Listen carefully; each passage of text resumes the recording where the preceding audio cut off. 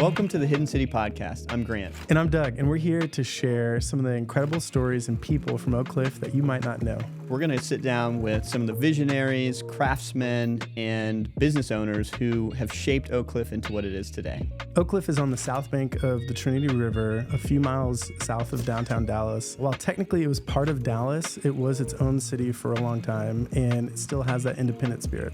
We'll dive into the history and the spirit of this place, exploring the different challenges and successes that defined it. This is The Hidden City, a podcast about the people and the stories that make Oak Cliff extraordinary.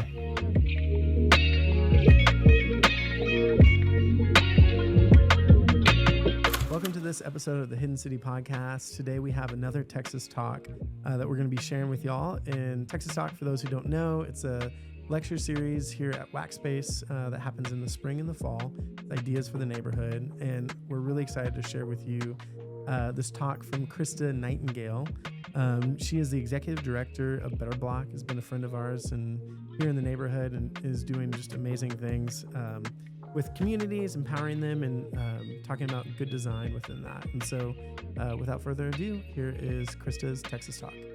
Well, good morning. Thank you so much for being here this morning and being a part of this conversation. We are pretty casual, so if you have questions as I'm going through, please ask some questions. If you are in the mood to hit some things and to build some things, prepare, because there will be a moment where you will be asked to do that. If you're not in the mood for that, totally fine. You don't have to. And also, we'll have some time for Q&A at the end, so if you have any questions, you can leave it then. I am curious, how many of you have heard of Better Block? Okay, awesome. How many of you have participated in a Better Block? Oh, okay. All right, great. Okay, well, Better Block, we are an urban design nonprofit. We are actually based out of a spot on Vermont Ewing, so not too terribly far from here. But the organization did start not too far away on Tyler Street.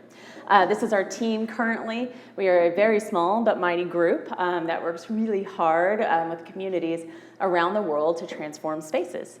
But a little history on who we are and where we started. So you all may recognize Tyler Street. This was actually the first Better Block, which was done several years ago, I think about 11 or 12 now. And our founding director, Jason Roberts, he and his neighbors walked out onto this street and they asked, what could we do to make this street a little bit better? What could we do to actually bring people together on this street? And they wanted to bring out flowers, they wanted to create spaces for neighbors to be on the street and to gather, but they quickly found that there were ordinances from the 40s prohibiting these things from happening. So the first was, it was $1,000 to add sidewalk flowers.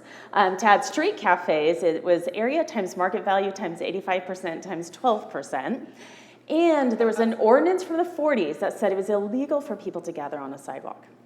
So if you want to kill street life, this is what you would do. So Jason and his friends knew of this concept called tactical urbanism, which is just the idea that the community kind of goes out and temporarily changes a space and demonstrates what's possible. So that's what they did. For one weekend, they basically just took over Tyler Street. They added a bike lane with kids paint and duct tape, knowing that if they got in trouble, they could wash it off really quickly. They brought out some seating, they brought out some lights. They had all these vacant buildings and storefronts, and they had all these neighbors who had ideas for businesses. And they said, why don't you just pop up for a weekend, and let's just see how people respond to that. Throughout all of this, they printed out those ordinances that they were breaking, and they posted them in the windows. And they invited city staff to come. And they said, we can't have this vibrant street that you see here today because we have these ordinances in the way. And they weren't sure how staff would respond, but over time, they said, you know what, you're right, and we need to change some of these things. So one of the first changes was lowering the fees for sidewalk cafes, but as you all know, a couple years ago, Tyler Street was transformed from a one-way to a two-way, which was a result of the Better Block from a few years ago. So Jason and his friends realized that there was a lot of beauty in the community members being the ones to say, not only here are the problems we see in our neighborhood, but also here are some solutions and we're going to test them out. So they open sourced this concept of the Better Block. And over the years, we have worked in places all over the US and a few places internationally as well. And really what we're trying to do is teach the young and the young at heart that they already have the tools and resources to make changes. We're kind of there just to guide the way and provide a little inspiration. So in general, the Better Block process is 120 days. And it breaks down into 4 phases where we work with the community to really reimagine a space in their neighborhood. So the first 30 days is basically just surveys and getting an understanding of what it is that the community is looking for. This is a project we did last year in Tulsa. And what we were told is that the community was really looking for a place for businesses to pop up. They wanted to have a testing ground for new businesses, for entrepreneurs, and kind of see what's possible. And as you can see, that little green space right there was the space we were working with. It looks really pretty in that picture, but it was a little dustier on the ground. The next 30 days is when we actually put together the design. So we'll take those surveys, we'll analyze it, we'll put together a block map, and then we'll put those into a 3D model. And when we're thinking about this space, a few things we have to think about. One is the budget, of course. 2 is it really reacting to what the community said they want? And then 3 is, can we work with volunteers to build this in about 3 days? So those are all the things we put into consideration as we put the design together. And then the next step is really all the planning. So my team works on all the licensing, the permitting, the insurance, all of those details. But the community brings the heart and soul with all the food, the music, the entertainment, and the things that make this unique to that neighborhood. We establish teams, people take different roles, we meet weekly, and we plan everything out. And then the last 3 days is when it all happens. So we get community members out, everybody gets to paint together, build together, and bring the space to life. And then we demonstrate. This can be 2 days, this could be a month, it could be a year, really just depends on what the community is looking for. But what we want to do is show what is possible in this space and allow people to touch it, to feel it, to experience it. We always talk about how our projects are temporary, and it's important that they're temporary because temporary erases the fear of permanency. So it allows us to test out some concepts. We were talking earlier about how when you talk about reallocating car space back to people, in many of the cities we're working in, they're very car-centric, and that is a very scary concept. But when you tell people we're just going to test it out for a couple days and just see what's possible, then people kind of open up to the idea and they can talk about and see it and actually say, okay, here's what I do or don't actually like about this.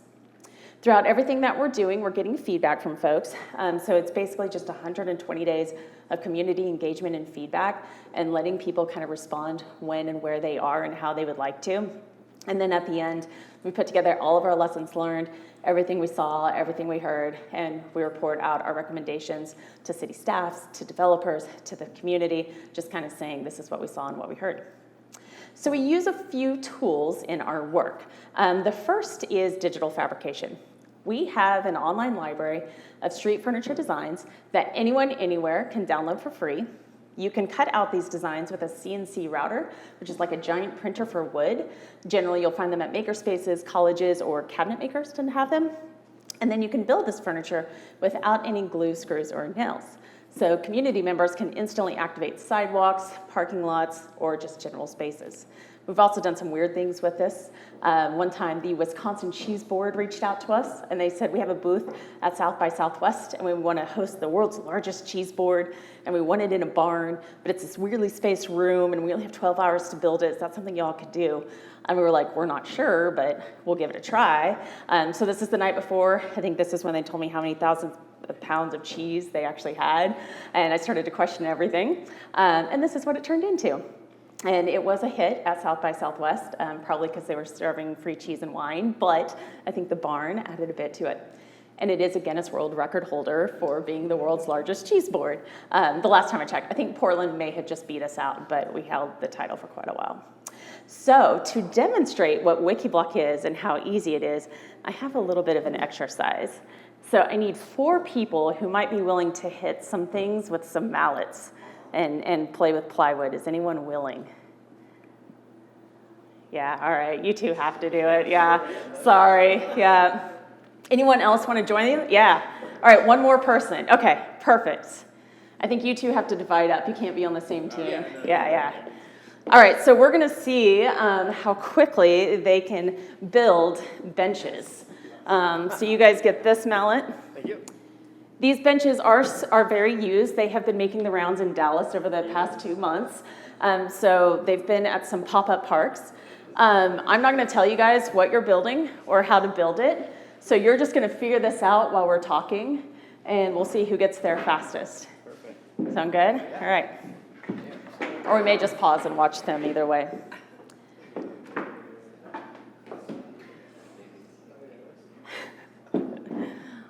It's always a fun thing if you're into puzzles and if you need to hit a few things. Normally we throw in some extra pieces, so it's a real challenge to figure out which ones actually go together. There you go. Oh my God, they're so.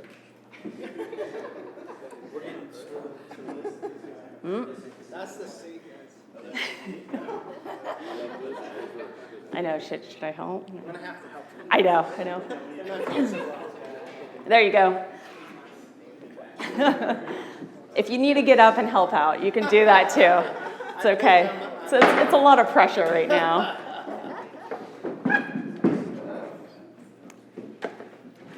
Can you maybe help? Yeah. Do you want to tell him that back piece is wrong? And maybe your back piece is wrong too. Oh no. Yeah. It should all fit flush.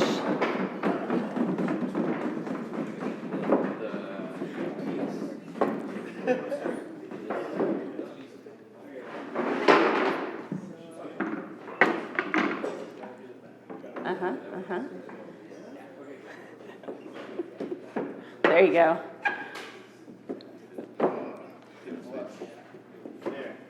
You've got the mallets too.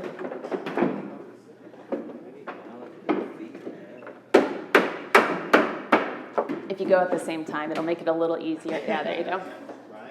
Yeah, you hit it together.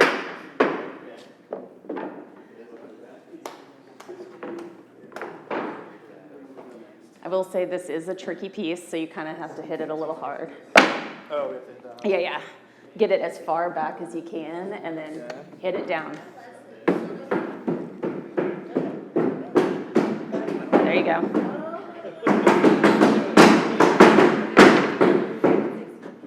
There you go.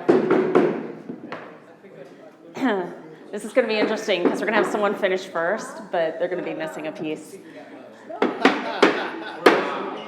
What? Huh? What's going on? No.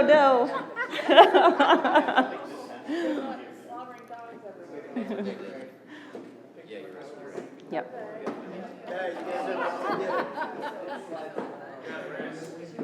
No, man. All right, you're going to want that to be flush as much as possible. Yeah, a little bit. Hit that one down just a little more.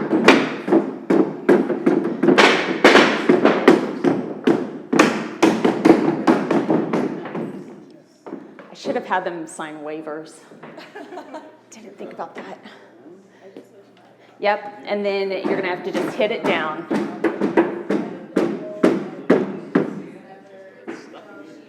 If you want, gravity sometimes helps if you want to tip it over and hit it. Yeah. Pretty much less.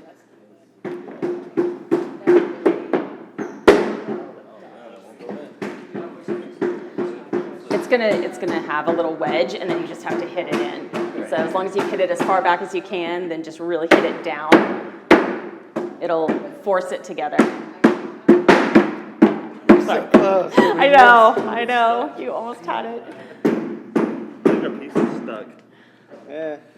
All right. Well, you can go on without that piece. It'll still be stable. Okay. It'll still work.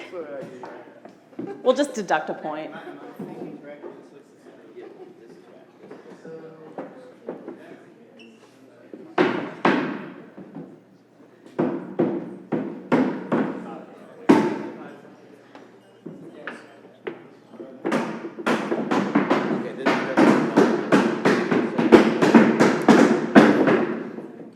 It's okay if the wood splinters a little. You can, yeah, there you go.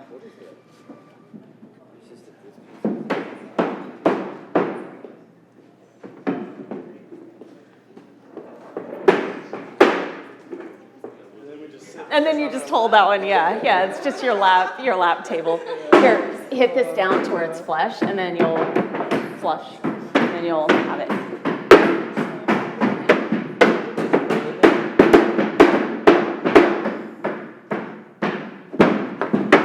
think you guys are there. If you just hit the top of it, hit it on this joint right there. Yeah, there you go. Hit it on your joint there. There you go. Hey, all right. Sorry. What do you got over there? So I'll let you all decide. They finished first, but theirs is correctly built. So, you're both winners. Yeah, good job. So that's supposed to show how easy it is. Y'all did very well. So we build simple things like this, which is a lot of fun for people to build together. And then, of course, you can take it apart, flat pack it, and store it away. Another tool we use is our Better Block in a Box. So this is just taking a shipping container, cutting a few windows in it, adding some of our WikiBlock furniture, putting everything you need for a placemaking event, and then it can roll around to different sites. And so when the container's empty, then you can have it as a pop-up kiosk. You could have a brewery, a thrift store. More recently, it's been libraries and DJ booths, so lots of fun things you can kind of do with those. But what I really want to talk to you all this morning is about some of the lessons that we have learned from around the world that can apply here to Dallas. So the first thing, and this was a really recent project we did, bad streets are a result of bad design, not enforcement. So you've heard a lot of conversations recently about how it's all about enforcement and we need to have more enforcement on our streets. But we say that if you actually think about how you're designing those streets, you can change motorist behaviors. So last week, we were in Detroit where we tested out this concept. We were working on a lot, and that was the main point of our activation, but we were on this very fast 6-lane road with a speed limit of 35, but people were just zooming through. There was nothing there to stop them. There was no reason for them to pay attention. But as we were there, we were watching all these people trying to cross the street and trying to walk around, and it was terribly dangerous. And so we did a bit of an experiment to kind of see, could we change it with just rethinking how it was designed? And rather than me keep talking, I will talk through video.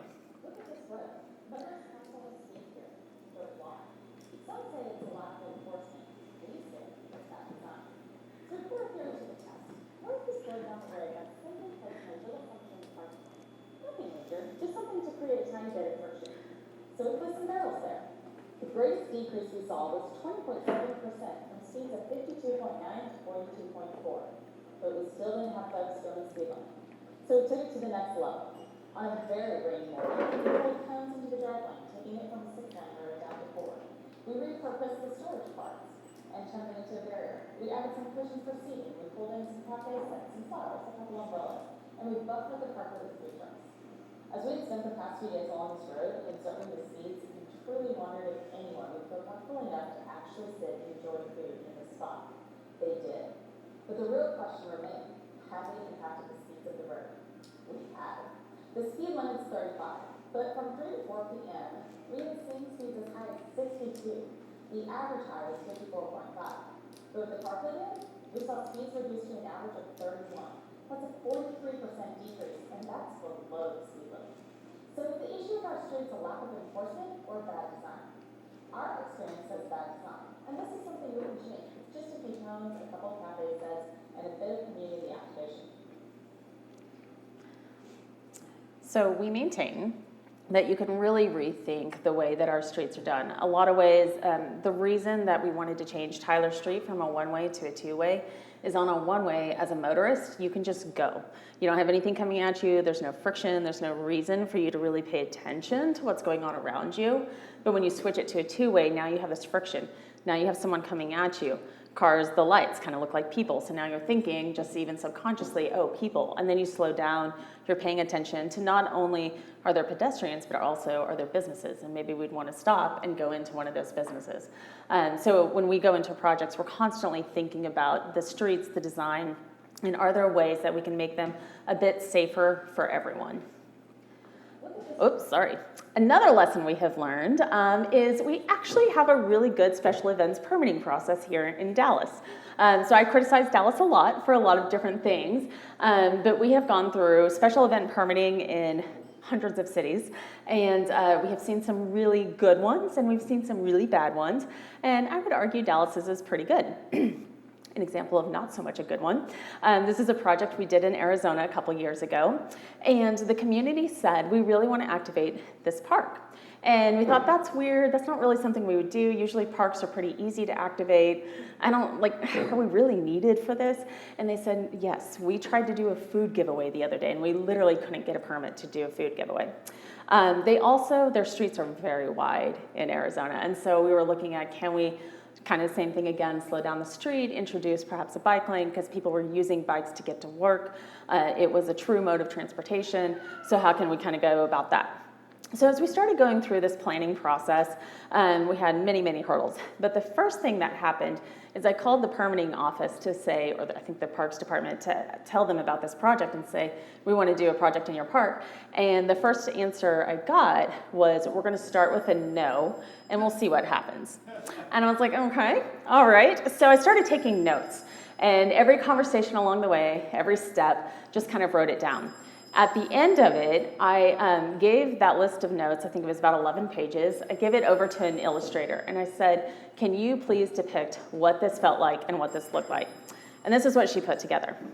And whenever I show this to someone, they're always like, I don't understand. Like, where do we even start? Where are we supposed to go? I just don't get this. And that's the point. It made no sense. The process was very convoluted, felt very much like this. And so we blew it up to a 4x8, put it on a piece of plywood, and we had people interact with it during the event. To the city's credit, and this was not in Dallas, this is a different city, they took this feedback. And they ended up going from 2 people to 9 people in their office. They ended up changing the interface. And I talked to a community member about a year ago, and she said, it's been kind of a 180 in the process and how we go about things. So it really, sometimes it just takes showing people what it looks like to really make some changes to make it just a little bit easier for everyone. We always talk about how it's hard to find parking in great places. The idea behind that is the places we love to go were designed for us and not for our cars. And when people start to complain that there's not enough parking, we need to add more parking to the space, then you change the very thing that killed the reason you wanted to go there. So we kind of talked about this in a project we did recently in Flint, Michigan. This was the space we were looking at. This kind of leads into downtown. There are a lot of vacant lots around this particular space, but this building is a vacant building, used to be a McDonald's giant parking lot. But what it used to be was a space that had 12 buildings on it. It was incredibly dense. And so we wanted to show kind of what that looked like. So we used a ground mural to depict what those 12 buildings used to feel like. And then we created what we call a ghost building, just using PVC pipes to kind of create the building edge so that as you walk along it, you feel like there's density, you feel like there's people there, like there's buildings, there's a space to be. And then, of course, filling it with activity and with people and all the fun stuff. And really just trying to show that if we rethink what these giant parking lots are, and if we think about density, which I know is a very scary word here in Dallas right now, but if we think about this and kind of show what this could be, then it kind of opens up people to these ideas. All right, this next one's a little bit controversial, but Dallas isn't unique. So a lot of the cities we're working in were built by, for, around, and thinking only about the car. And because of that, a lot of the issues we see are very similar. And so when people are talking to me and I try to talk about lessons learned, they're always like, oh, but we're not that place or this place, we're Dallas. And it's like, yeah, but these issues are pretty universal. So one example of this is a project that we did in Toronto. Now, Toronto, I thought, is very multimodal. They've got all these great systems there. It's a great space when it comes to thinking about urbanism. Also, there's a bit of a stereotype that all Canadians are very nice. But I learned that if you take away their parking, that is not true. And in fact, it was some of the most pushback we've ever gotten. So what we did on this one was, it's a very popular street along Danforth. It is a space that a lot of cyclists use to kind of get through town, but this is also high fatality rates. And so we did a very simple 2-day demonstration where basically we extended the sidewalk, we added a parking protected bike lane, or I'm sorry, not a parking protected bike lane, we just added a buffered bike lane, and then kind of saw what could happen. We had proposed doing a parking protected bike lane, and for some reason that I don't remember, the city said we couldn't do that, so this is what we went with. We literally had a guy drive up and down in his van yelling at us the whole time. He ran into one of our planters. It was really intense, and that is the most pushback we've ever gotten. But there was one property owner there, one business owner of a bar, who was very against this bike lane, just very against it. And so I spent the whole weekend just kind of talking to him about the concept and what could be. And in the end, he was like, I'm open to the idea of this bike lane, which was huge. I just still want my parking. And so we were able to go back and say, do a parking protected bike lane. That's what the council member ended up proposing. That's what they've installed. They're still working on some of the systems and some of the ways they're getting through, but it was a way to kind of get to a compromise where everyone won a little bit by giving up just a little bit. And then another lesson learned is small acts make a big difference. So we work in these giant spaces, we do these giant builds, it's all very large. But sometimes bringing it back and doing the smaller things make a really big impact. So as you all have seen, the Dreambox couch here is a pretty simple thing that we use on our Wikiblock library, and we use it in pretty much all of our projects. Recently, we cut out a few, and we had some neighbors over, and again, some wine and cheese, and we just painted these little couches, as we call them. And then we just placed them at bus stops around our office where there were no benches. And we just set them out. And we said, let's just see what happens. We put no ownership to them. We just said, we're going to put them out here, and we're going to see what happens. 6 of the 12 have found new homes. However, it's been about 2 months, and 6 of them are still out there. In fact, I love this one because, I don't know if that zoomed in. Yeah, someone had taken this one, and they actually locked it up themselves. And they basically said, this is our bench, you're not going to take it. And it's still there. So these little tiny acts are really huge, and something when you think about your neighborhood and your community, the little things make a huge difference for people. And I hope that you all will go out and do these small acts, and thank you so much.